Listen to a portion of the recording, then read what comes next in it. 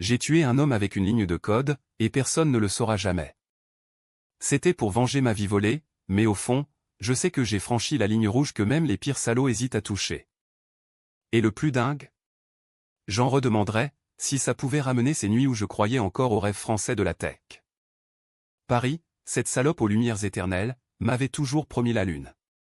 J'y étais arrivé à 25 ans, sac à dos rempli de diplômes d'ingénieur de l'école polytechnique et d'un code sous le bras qui, je le jurais, allait révolutionner le monde. Mon monde, en tout cas. J'imaginais déjà les investisseurs de la station F se bousculant pour financer Novalink, ma start-up qui promettait de connecter les cerveaux des traders à la vitesse de la lumière à un algo trading quantique, invisible, impitoyable. J'étais le cerveau, le codeur solitaire qui avait codé jour et nuit dans un studio pourri du 18e arrondissement, entre les kebabs et les klaxons des taxis. Et puis il y avait eux, Marc et Sophie, mes cofondateurs. Marc, le charismatique avec son MBA de HEC et son sourire carnassier, qui levait les fonds comme on drague une serveuse au flore. Sophie, l'avocate reconvertie en business angel, avec ses tailleurs Chanel et son regard qui disséquait les âmes avant les contrats. On s'était rencontrés lors d'un pitch à Vivatech, en 2023. J'étais monté sur scène, tremblant comme un puceau, mon laptop sous le bras. Novalink n'est pas une app, c'est une arme, avais-je lancé, et la salle avait ri nerveusement. Marc m'avait serré la main après, son alliance en or brillant sous les spots, toi et moi, on va faire fortune. Et Sophie? Elle s'occupera des emmerdes. On avait trinqué au champagne tiède, et j'avais cru, idiot que j'étais, qu'on formait une équipe. 3 ans plus tard, en 2026, le lancement approchait. Le 17 décembre, pour être précis, une date que je n'oublierai jamais, ironie du sort, jour de mon anniversaire. Les semaines précédentes étaient un tourbillon. J'enchaînais les nuits blanches au bureau de Station F, ce temple de la tech où les fondateurs se la jouent rockstar. Mon code, mon bébé, tournait comme une horloge suisse sur les serveurs de test. J'avais intégré des algos de machine learning qui prédisaient les crashs boursiers avant même que les pigeons de la bourse de Paris ne s'envolent. C'est du génie pur, me disait Marc en claquant mon épaule, mais ses yeux glissaient toujours vers les graphiques de levée de fonds. On visait 10 millions d'euros en seed round, avec des VCS de Londres et Berlin qui bavaient déjà. Sophie gérait les contrats, signait des NDA plus épais qu'un roman de Zola, et me rappelait sans cesse, Alex, ton code est l'or noir, mais protège-le. Les requins rôdent. Je protégeais, oui. J'avais mis en place des backdoors, des couches de chiffrement qui rendraient Fort Knox jaloux. Personne ne touchait à mon code sans mon feu vert. Ou du moins, c'est ce que je croyais. Les doutes ont commencé mi-novembre, quand j'ai remarqué des logs bizarres. Des requêtes SQL injectées à des heures indues, comme si quelqu'un fouinait dans les bases de données. J'ai balayé ça d'un revers de main en paranoïa de codeur, me suis-je dit. Paris me rendait dingue, la Seine qui charriait ses secrets pollués, les métros bondés où les regards se croisent sans se voir. J'avais besoin d'air, alors j'ai pris un café avec une vieille pote, Léa, graphiste freelance qui squattait le même coworking. T'as l'air d'un zombie, Alex. Ces bozos te bouffent tout cru. Elle avait raison. Marc passait ses journées à networker au comptoir général, Sophie enchaînait les calls avec des avocats véreux. Moi? J'étais le larbin qui debuguait. Le lancement était prévu pour le 17, un event VIP au Palais Brongniart, l'ancienne bourse, transformée en hubtech. Invité, la crème des financiers, des influenceurs LinkedIn, même un ministre du numérique qui promettait des subventions. J'avais peaufiné le démo, une simulation live où Novalink prédirait un crack en temps réel. Regardez, messieurs, comment on dompte le chaos. Mon cœur battait la chamade rien qu'à l'idée. Ce soir-là, la veille, j'ai rentré le code final sur le serveur principal. Push J, commis message, lancement imminent que le show commence. J'ai fermé mon laptop, regardé Paris par la fenêtre du bureau où les lumières de Montmartre clignotant comme des pixels défectueux et pour la première fois depuis des mois, j'ai dormi d'un sommeil sans rêve. Le matin du 17, je me suis réveillé avec un texto de Marc, RDV bureau 8h. Urgent. Mon estomac s'est noué. J'ai sauté dans le métro ligne 4, direction Sentier, le quartier des startups. Le bureau grouillait déjà, traiteur qui installait les buffets pour l'event du soir, interne qui collait des stickers Novalink sur les murs. Marc m'attendait dans la salle de conf, Sophie à ses côtés, visage de pierre. Assieds-toi, Alex. Sa voix était douce, trop douce, comme un toubib qui annonce un cancer.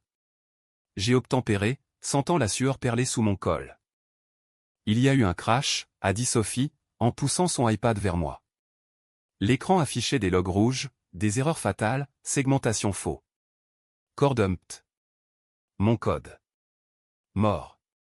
Le serveur principal avait planté à 4 heures du mat', effaçant des semaines de données. Pire, la backup était corrompue. Comment? J'ai tout vérifié hier soir, ai-je balbutié, les mains tremblantes sur le clavier virtuel. Marc a secoué la tête, on sait, Alex.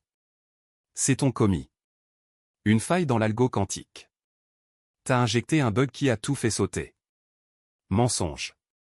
Je le voyais dans ses yeux fuyants. J'ai ouvert mon IDE, relancé les tests, impeccable.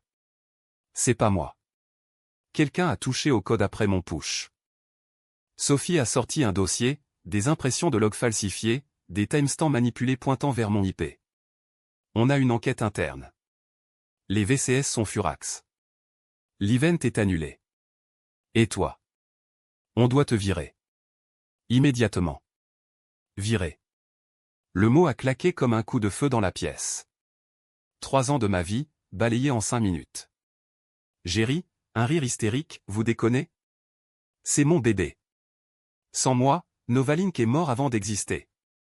Marc s'est levé, son costume impeccable froissé par la tension, c'est pour le bien de l'équipe. On racontera que c'était un burnou. Tu signes ça, et on te file une indemnité. Un chèque de misère, pour la fermer. Je n'ai pas signé. J'ai attrapé mon sac et je suis sorti, le monde flou autour de moi. Dehors, la pluie fine de décembre fouettait les rues du sentier, transformant les pavés en miroirs brisés. J'ai marché jusqu'à la Seine, les sirènes des bateaux-mouches hurlant au loin. Viré. Le jour de mon anniversaire. Avant le lancement. Mon rêve, pulvérisé par des traîtres qui m'avaient poignardé dans le dos. Et là, au bord du quai, une idée noire a germé, la vengeance. Pas une plainte au prud'homme, pas un tweet rageur. Non. Quelque chose de plus profond, de plus chirurgical. Du code, encore du code. Pour les faire saigner là où ça fait mal, leur empire naissant. Les jours suivants ont été un brouillard de rage contenue. J'ai squatté l'appart de Léa à Belleville, dormant sur son canapé lit qui puait le tabac froid. Elle me poussait des bières et des joints, laisse tomber, Alex. Ces enfoirés ne valent pas une ligne de ton temps. Mais je codais, nuit et nuit, sur un vieux laptop anonyme acheté au marché aux puces. J'ai fouillé les dark web forums, appris les failles zero-day, les rootkits qui s'infiltrent comme des fantômes. Novalink n'était pas mort, il vivait dans les backups que j'avais secrètement mirorés avant le push final. J'avais tout, le code source, les données clients potentiels, les mailles internes. J'ai découvert la vérité une semaine après, en hackant le serveur de backup de l'équipe, une brèche évidente dans leur firewall, laissée par un interne débile. Les logs réels montraient une connexion externe, IP de Marc, à 2 heures du mat', modifiant mon algo pour injecter un overflow buffer. Pourquoi? Un mail à Sophie, le gamin est trop clean. Les VCS veulent du drama pour relancer le buzz post-crash. On le vire, on blâme le code, et on pivote sur une version sécurisée qu'on vend plus cher. Il m'avait sacrifié pour un coup de com'.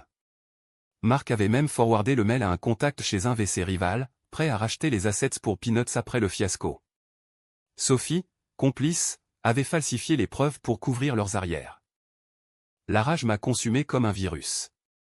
Je voyais leur visage partout, Marc riant au téléphone, Sophie sirotant un latin signant mon arrêt de mort. J'ai pleuré, une fois, seul dans la salle de bain de Léa, l'eau coulant sur mon visage comme des pixels délavés. Puis j'ai effacé les larmes. La vengeance n'est pas une émotion, c'est un algorithme. Précis, inexorable. J'ai écrit un worm, un vers numérique baptisé Phantom, inspiré des ombres de Paris invisibles, rampant dans les veines des réseaux. Il s'infiltrerait via une faille dans leur nouveau prototype, exfiltrerait les données, et les vendrait sur le black market. Mais pas n'importe comment, il laisserait des traces, des miettes menant à eux. Des leaks anonymes sur des forums tech, des articles bidons dans les échos accusant Novalink d'espionnage industriel. Et le clou, un crash final lors de leur relancement, effaçant tout, y compris leurs comptes offshore découverts dans les mailles. Préparer Phantom m'a pris 1 mois. Je vivais reclus, commandant des pizzas Viator, évitant les miroirs pour ne pas voir le monstre que je devenais. Léa s'inquiétait, t'es en train de te perdre, Alex. La tech, c'est pas la mafia. Mais elle ne comprenait pas.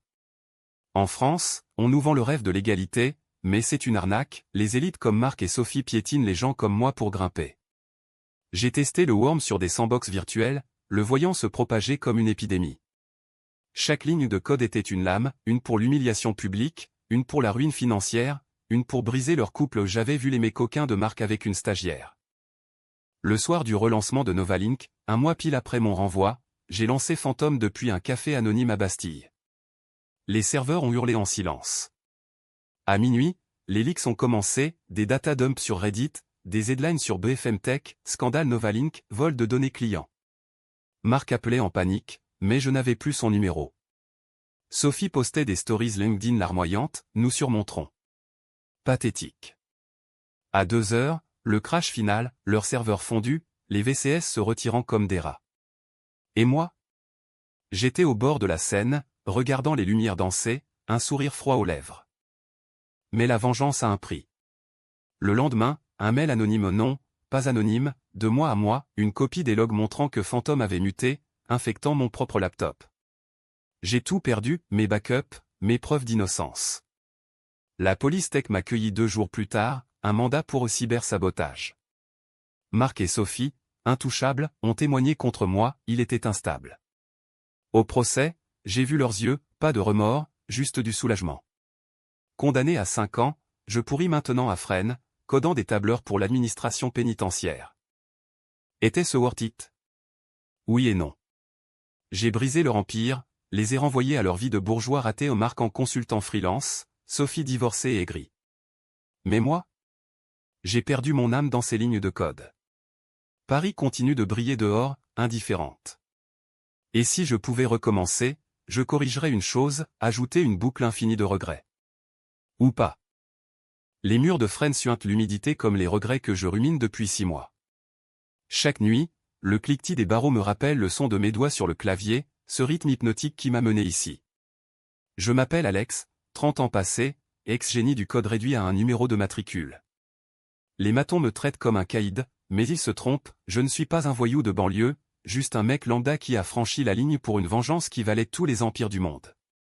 Ou du moins, c'est ce que je me raconte pour dormir. Revenons en arrière, à ce mois de préparation qui m'a transformé en ombre. Après le renvoi, j'ai erré dans Paris comme un fantôme. Les rues du Marais, autrefois pleines de promesses avec leurs galeries d'art et leurs cafés branchés, me paraissaient maintenant des pièges à rats. J'évitais les anciens spots, le coworking café où on brainstormait, le bar à vin près de la place des Vosges où Marc draguait les investisseurs. Léa était mon seul ancrage, sa petite cuisine encombrée de toiles inachevées devenant mon bunker. Mange, au moins, me disait-elle en posant une assiette de pâtes au pesto, ses yeux verts pleins d'une pitié que je haïssais. Pitié pour le loser viré, le rêveur qui s'était fait baiser par ses potes. Je codais sur son vieux MacBook, écran fissuré comme mon ego. Phantom naissait ligne par ligne, un malware élégant, inspiré des vers de Bukowski au cru, inexorable. D'abord, la reconnaissance, un scanner qui cartographiait leur nouveau serveur, hébergé chez OVH à Roubaix. J'avais deviné leur pivot, une version Novalink 2.0, allégée, vendue comme post-traumatique au VCS échaudé. Ironie, sans mon code originel, il n'aurait rien. J'ai injecté un premier sondage, un beacon discret qui rapportait les flux de données. Résultat, il levait déjà 2 millions en précide, avec un event relancement au même palais Brognard. Les leçons du crash nous ont rendus plus forts, clamait leur teaser sur LinkedIn. La phase 2, l'infiltration. J'ai utilisé une vulnérabilité CVE récente dans leur API GraphQL, une porte dérobée que même leur dev junior aurait dû patcher. Phantom s'est glissé dedans comme un voleur dans la nuit, dormant en mode veille jusqu'au signal. Pendant ce temps, je creusais leur psyché via les mails exfiltrés. Marc, le macho en carton, des sextos avec une interne nommée Clara, des plaintes sur Sophie trop contrôle fric. Sophie, la calculatrice, des notes sur éliminer les risques humains, avec mon nom barré en rouge. Ils se détestaient déjà, ce couple de façades bâti sur l'ambition. Mon worm irait plus loin, il planterait des faux mets, des preuves de collusion avec des concurrents chinois, pour les faire douter l'un de l'autre. Les nuits étaient les pires. Paris dormait, mais pas moi. Je marchais le long du canal Saint-Martin, fumant clope sur clope, imaginant leur vie intacte pendant que la mienne s'effritait. Un soir, j'ai croisé un SDF sous le pont des Arts, qui marmonnait, la ville te bouffe et te crache les os. Il avait raison. J'ai failli tout abandonner là, appeler Marc pour supplier un job de freelance. Mais la rage revenait, acide, me rappelant le chèque qu'il m'avait tendu comme une aumône. Non. Fantôme serait mon exutoire. Test final, une semaine avant le lancement, simulation sur un VM cloné de leur infra.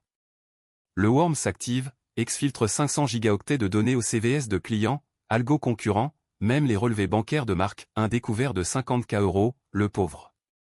Puis le chaos, DDoS simulé, effacement sélectif, leaks programmés sur des pastes-bains anonymes. Ça marchait. Parfaitement. Léa m'a surpris à 4 heures du mat, écran illuminé, Alex, arrête. C'est pas toi, ça. J'ai fermé le laptop, l'a serré dans mes bras, son parfum de lavande et de peinture me ramenant à la vie. C'est pour la justice, Léa. Pas pour la haine. Mensonge. C'était les deux. Le jour J, j'ai pris le train pour Bastille, anonyme dans la foule des touristes. Le café et le code barre, l'ironie du nom, avaient un Wi-Fi open, parfait pour le lancement. Café noir, doigt sur les touches, et go. Fantôme s'éveille. À 20h, pendant leur keynote, les premiers signes, un lag dans la démo live, Marc bafouillant sur scène. À 21h, les leaks frappent, Twitter explose avec Novalink Scam, des datadumps circulant comme un feu de paille. J'imaginais Sophie en coulisses, pâle comme un spectre, appelant son avocat. À minuit, le coup de grâce, serveur down, backup corrompu, un mail groupé à tous les VCS, nous avons été hackés. Par l'un des nôtres. Pas mon nom, pas encore, mais les indices pointaient vers un ex-employé rancunier. J'ai payé ma tournée au barman, un vieux birbe qui hochait la tête, les jeunes et leurs écrans, Dehors, la nuit parisienne pulsait, feu tricolore dansant sur les fleuves de la Bastille. Victoire. Mais un malaise me rongeait déjà, comme un bug non débugué. Le lendemain, les journaux titraient « Fiasco Novalink 2.0, cyberattaque ou sabotage interne ». Marc démissionnait en larmes sur BFM, Sophie fuyait les paparazzi. Et moi? Un appel de Léa, Alex, rentre. La police est passée. Trop tard. Fantôme avait laissé une signature, une ligne de code signée avec Alex Vengeur. Il m'avait piégé avec mon propre orgueil. Au tribunal, 6 mois plus tard, le juge ou un quinquagénaire aux lunettes pincées m'a regardé comme un monstre. Vous avez détruit des emplois, monsieur Moreau. La tech française en pâtit. Marc et Sophie, en civil impeccable, ont témoigné, il était obsédé. Jaloux. Je n'ai pas parlé. À quoi bon? La sentence est tombée, 5 ans ferme, avec sursis pour bonne conduite. Fresnes, bloc D, cellule 217. Ici, le code est interdit, mais mon esprit le tourne en boucle. Étais-je le héros ou le vilain? Les deux, sans doute. Et dehors, Paris continue, indifférente, attendant le prochain rêveur à briser. La routine de Fresnes est un algorithme prévisible, réveil à 6 heures, corvée de vaisselle, promenade sous escorte où les murmures des taulards se mêlent aux cris des mouettes sur les toits. Je compte les jours comme des commis ratés, chaque barreau un rappel de ma chute. Mais dans le silence de la cellule, quand les lumières s'éteignent à 22h, mon esprit rejoue le film en slow motion, le build-up à la vengeance, ces semaines où j'ai forgé Fantôme non pas comme un outil, mais comme une extension de mon âme blessée. C'était thérapeutique, en un sens codé pour guérir, ou pour saigner. Après l'infiltration, j'ai affiné le payload. Pas de destruction brute, non, de la précision chirurgicale, à la française, élégante, impitoyable. J'ai segmenté Fantôme en modules, exfil ou pour voler les assets, liquide pour les diffuser, chaos pour l'implosion finale. Mais le plus vicieux était le Psyo, un module psychologique. Inspiré des études sur le stress post-traumatique que j'avais lues en binge sur PubMed, merci, insomnie, il plantait des faux positifs, mais Fantôme accusant Marc de détournement, texto anonyme à Sophie suggérant une liaison. L'idée? Les faire imploser de l'intérieur, comme un buffer overflow dans leur mariage. J'ai passé des nuits à simuler leur réaction. Marc, le bullshitter, il paniquerait, blâmerait Sophie, fuirait vers sa Clara. Sophie, la stratège, elle contre-attaquerait, engagerait des private eyes, fouillerait mon passé. J'ai même codé un bot qui mimait leur style d'écriture, Marc avec ses émojis foireux, Sophie avec ses phrases ciselées comme des contrats. Test sur Léa, j'ai envoyé un faux mail de Marc confessant une dette. Elle a ri, t'es taré, mais talentueux. Talentueux. Le mot me brûlait. À Polytechnique, on m'avait promis le monde, à Novalink, on m'avait jeté comme un bug obsolète. Une pause dans la prep, un week-end à Rouen, chez ma mère, pour recharger. Elle, veuve depuis 10 ans, vivait dans un HLM grisâtre près de la cathédrale, tricotant des pulls que personne ne portait. Ton père serait fier, mentait-elle en servant du cassoulet réchauffé. Fier? Il était ouvrier chez Renault, mort d'un cancer lié à l'amiante ou une vengeance inachevée contre le capital. Je lui ai confié des bribes, j'ai été viré, man. Par des salauds. Elle a hoché la tête, les yeux humides, reviens à la maison, fiston. Paris, c'est un mirage. J'ai promis, mais rentré à Belleville plus déterminé. La province me rappelait mes racines, la France profonde, celle qui trime pendant que les élites s'empiffrent. Retour au code. J'ai intégré un kill switch, au cas où un mot de passe pour stopper Fantôme. Regret, ironique. Puis, les leaks, programmés pour des outlets spécifiques. Un dump sur le monde pour le scandale financier, un trade Reddit pour les détails croustillants, les sextos de marque, un tweetstorm via un bot pour viraliser justice pour Alex Subtil, pour me blanchir sans me griller. J'ai même contacté un journaliste freelance, un type de Mediapart que j'avais croisé à un meet-up, avec un type anonyme, Novalink cache un sabotage interne. La tension montait. Léa et moi, on baisait parfois, par désespoir ses ongles dans mon dos comme des débuggers. T'es en train de te venger de la vie entière, gémissait-elle après. Vrai. Mais c'était cathartique, ce mélange de sueur et de pixels. Un soir, alerte, une intrusion sur mon VPN. Marc? Sophie? J'ai renforcé les pare-feux, parano à bloc. Paris aidait, ces nuits bruyantes, ces bars à absinthe où je noyais les doutes. Au Candelaria, un tacro caché, j'ai croisé un hacker éthicien, un Sénégalais nommé Kofi qui bossait en freelance. La vengeance en code, c'est comme le vaudou numérique. Ça te hante. Ces mots m'ont collé la chair de poule. Le lancement approchait. J'ai finalisé le deploy, un cron job à 20 heures précises, synchronisé avec leur keynote. Pour l'occasion, j'ai enfilé un costard d'occasion, me regardant dans le miroir fêlé de Léa, cheveux en bataille, yeux creux, mais un sourire de prédateur. À ce soir, Paris. Le métro m'a englouti, direction Bastille. Le café bourdonnait de hipsters tapant sur leur phone. J'ai commandé un espresso, ouvert terminal, et tapé Python Phantom.py launch. Hanté. Le verre s'est éveillé. À 20h05, premier ping, infiltration réussie. 20h15, exfil en cours aux 200 gigaoctets déjà. Marc sur scène, voix chevrotante, Novalink renaît des cendres. Ironie divine. À 21h, Psychoactive, un mail à Sophie E2, marc@novalink.fr sujet, je pars avec Clara. Elle a dû blêmir en coulisses. Les leaks suivaient, 21h30, Le Monde en ligne, soupçon de fraude chez Novalink. Twitter enflammait. À minuit, chaos, serveur en meltdown, un firewall qui fond comme beurre. J'ai payé, sorti, marché vers la Seine. Les lumières de Notre-Dame, reconstruites, brillaient comme un faux espoir. Mais le bug, mon kill switch n'a pas marché. Fantôme mutait, auto-répliquant vers mon IP.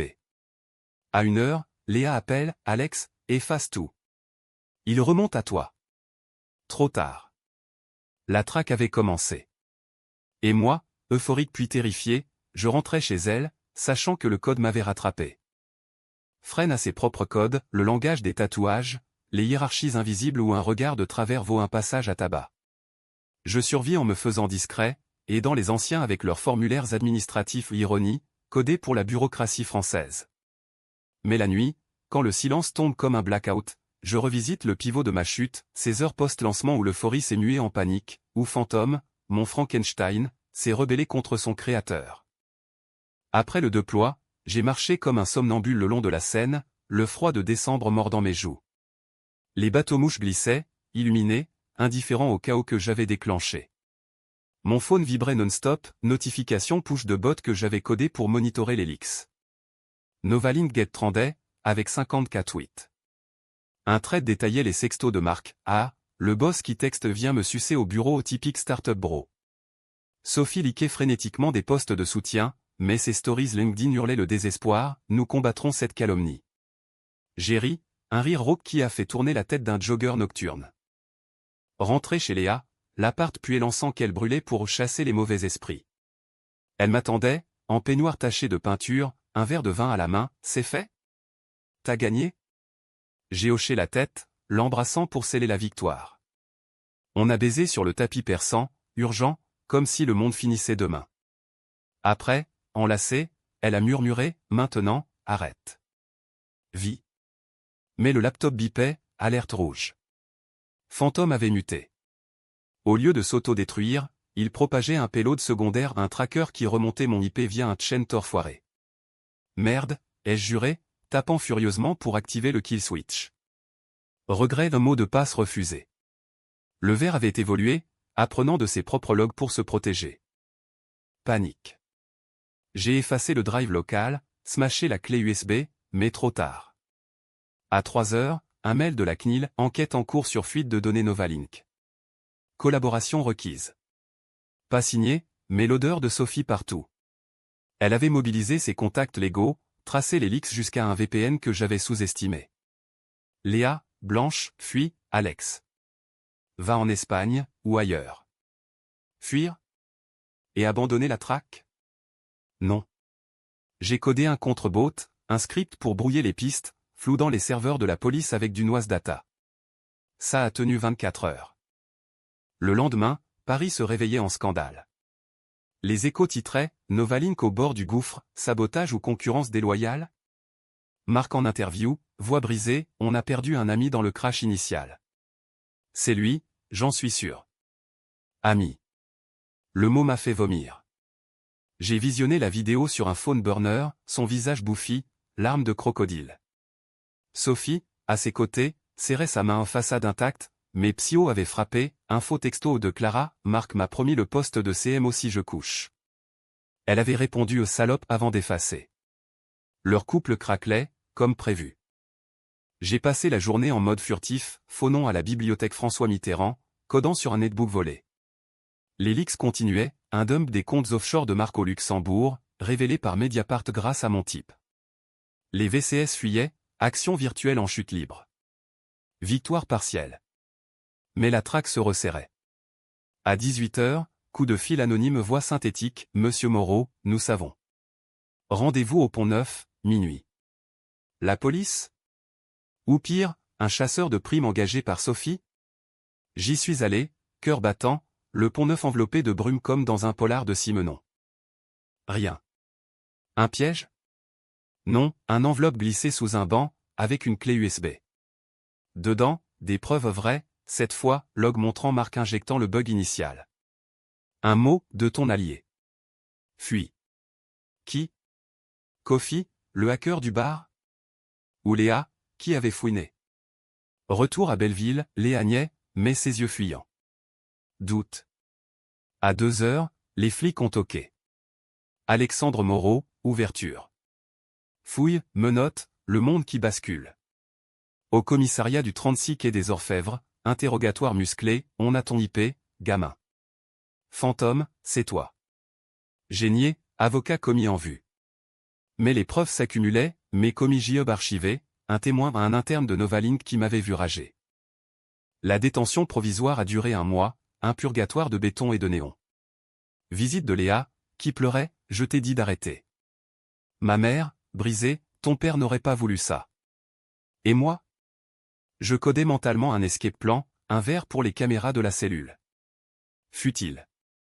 Le procès a suivi, un cirque médiatique, journaliste de France Info campant dehors, Marc et Sophie en star du ressentiment. Verdict, 5 ans. En cellule, le silence m'a avalé. Vengeance accomplie, mais à quel prix? Le code m'avait libéré, puis enchaîné. Et maintenant, dans l'ombre de Fresnes, je me demande, recoderai-je? Oui. Avec une ligne pour l'amour, peut-être. Les saisons changent à Fresnes sans qu'on s'en rende compte, printemps qui suinte à travers les barreaux, été étouffant comme un loup infini. J'ai appris à méditer, là, assis en tailleur sur le sol froid, respirant au rythme des gardiens. Mais la méditation révèle les fissures, ma vengeance n'était pas un hack clean, c'était une spirale psychologique qui m'a rongé de l'intérieur, bien avant les menottes. Rejouons le débrief, ces jours de traque où Paris, ma complice, m'a trahi. Après le Pont-Neuf, l'enveloppe en main, j'ai décrypté la clé, pas seulement des logs, mais un dossier complet sur Marcos et magouille passée, un prêt frauduleux à HEC, une plainte classée pour harcèlement. L'allié? Un dev junior de Novalink, un gosse de province comme moi, viré après le relancement pour incompétence. Il haïssait Marc, m'avait contacté via un forum Darknet. On partage la douleur, écrivait-il. J'ai utilisé ces preuves pour un leak final, upload sur Wikileaks France, anonyme mais viral. Impact, Marc arrêté pour audition le lendemain, menottes au poignet devant les caméras. Sophie, seule, tenait la barre, mais Psyo l'acheva, faux mais suggérant qu'elle avait commandité mon virage. Elle craqua en conf call, hurlant « c'est lui ». Le traître. J'ai fui temporairement, squat à Montreuil chez Kofi, l'hacker sénégalais. Son appart, un bordel de câbles et d'écrans, puis l'herbe et le couscous. T'es un poète du chaos, frère, riait-il en me passant un joint. On a brainstormé un contre-attaque, un bot pour inonder les flics de fausses pistes, pointant vers un concurrent russe. Ça a tenu 48 h. Léa, de son côté, jouait double jeu, elle m'envoyait des updates, Sophie en thérapie, mais fouillait mon historique pour m'aider. Trahison? Amour tordu? Je l'ai confronté par signal, t'es avec eux. Non, idiot. Je veux te sauver. Mot doux, mais le doute s'insinuait, comme un malware lent. La traque culmina le 20 janvier, jour de solde à Paris. Géré Galerie Lafayette, anonyme dans la foule, quand les flics m'ont plaqué au sol près des parfumeries. Ne bougez pas, Moreau. Léa avait craqué, appelé les keufs après un appel paniqué de moi. Il va se faire tuer, avait-elle dit. Sauvetage ou capitulation? Au quai des Orfèvres, l'interrogatoire fut un balai de mensonges, c'est pas moi, c'est un insider. Mais les forensiques parlaient, empreinte digitale sur le code, IP de chaîne brisée. L'avocat, un jeune de l'aide juridique, balbutiait, plaidé coupable pour réduction. Coupable? De quoi? De rêver trop fort dans un pays qui écrase les rêveurs. En détention, le vide m'a frappé. Pas de code, pas d'écran, juste des livres de la bibliothèque, Balzac et ses illusions perdues. Ma mère visitait, apportant des gâteaux secs, pris, Alex. Dieu pardonne. Dieu? Un algo cosmique qui buguait. Léa, plus rare, je vends l'appart, je pars à Lisbonne. Rejoins-moi après. Promesse creuse. Et les news filtraient, Novalink en liquidation, Marc en probation, Sophie recluse à Deauville, buvant du chablis seul. Vengeance totale. Mais le goût? Amer, comme un café refroidi. Procès en mars, cour de Paris bondée. J'ai témoigné, voix calme, ils m'ont volé mon âme. J'ai rendu l'appareil. Le juge, impressionné malgré lui, poétique, mais illégal. 5 ans, avec thérapie obligatoire.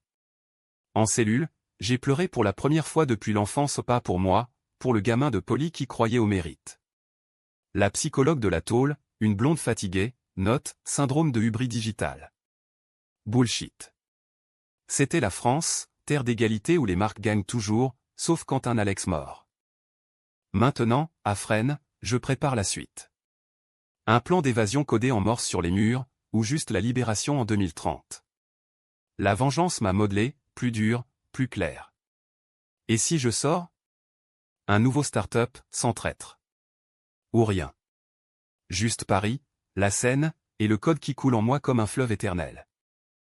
L'automne cogne à Fresnes avec ses pluies qui tambourinent comme des touches de clavier malmené. 3 ans déjà remise de peine pour bonne conduite, lecture et atelier d'écriture. J'enseigne le Python aux détenus, transformant des cahiers en script qui dit. Le code, c'est la liberté, leur dis je. Ironie, il m'a enfermé. Mais dans ces leçons, je revisite la boucle finale de ma saga, le dénouement où la vengeance s'est refermée sur moi comme un parenthèse syntaxique imparfaite. Post-procès, l'isolement fut le pire. Bloc solo, 23 heures sur 24, avec un lit en béton et des pensées qui tournent en récursion. J'imaginais Marc en tôle avec moi, Sophie mendiant des jobs d'avocate freelance. La réalité? Plus nuancée. Des lettres anonymes glissaient sous la porte, une de l'ex-dev junior, merci, frère. J'ai lancé ma propre app. Une de Léa, postmark Lisbonne, je t'attends. Pas de code entre nous. Et une, parfumée au Chanel, de Sophie, tu as gagné. Mais à quel prix? Pas de remords, juste une reconnaissance froide. J'ai brûlé la lettre, mais ces mots collaient, prix. Le mien, solitude, écho d'un rêve pulvérisé. Libération conditionnelle en vue, j'ai entamé la thérapie. La psy, Madame Duval, une quinquagénaire au chignon serré, disséquait, votre acte était cathartique, Alex. Mais immature. Immature? J'ai ri, c'était un manifesto contre l'hypocrisie tech. Elle hochait, et maintenant? Recoder la haine? Séance après séance, j'ai craqué, l'enfance à Rouen, père mort trop tôt, la soif de prouver. Novalink était mon père substitut, ai-je avoué. Elle notait, transfert paternel. Peut-être.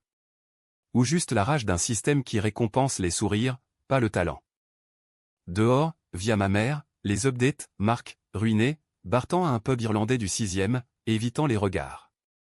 Sophie, divorcée, plaide pour des ONGs anti-cybercrime ou ironie karmique. Novalink? Un fantôme, racheté par un fonds chinois pour peanuts. Léa? En couple avec un artiste, mais c'est suinte le regret, viens, on recommence sans écran. J'hésite. Paris m'appelle, mais crains, la ville des lumières est aussi celle des ombres. Libéré en 2029, par un matin gris de Seine-Saint-Denis. Ma mère m'attend en Renault cabossé, larmes aux yeux, bienvenue, fiston. Pas de fanfare, juste un café au zinc. Je marche les Champs-Élysées, anonyme, sentant le pouls de la ville. Un laptop neuf, payé par des royalties d'un brevet sauvé ou ironie, le code original vendu à un concurrent. Je code à nouveau, pas de vengeance, un algo pour détecter les sabotages internes. Éthique, cette fois. Mais la nuit, au studio reconquis du 18e, le doute renaît. Un ping, mail de Marc. Pardon. Rencontrons-nous? Je delete. Sophie like mes posts LinkedIn surveillance ou curiosité? Léa appelle, reviens. Je vais, peut-être. La vengeance m'a guéri, en un sens, j'ai vu l'abîme, et reculé. Ou pas. Une ligne de code attend, tentatrice, un worm pour clore le cercle. Paris brille, éternel. J'y suis, entier, brisé, recodé. Fin du programme? Ou juste un reboot?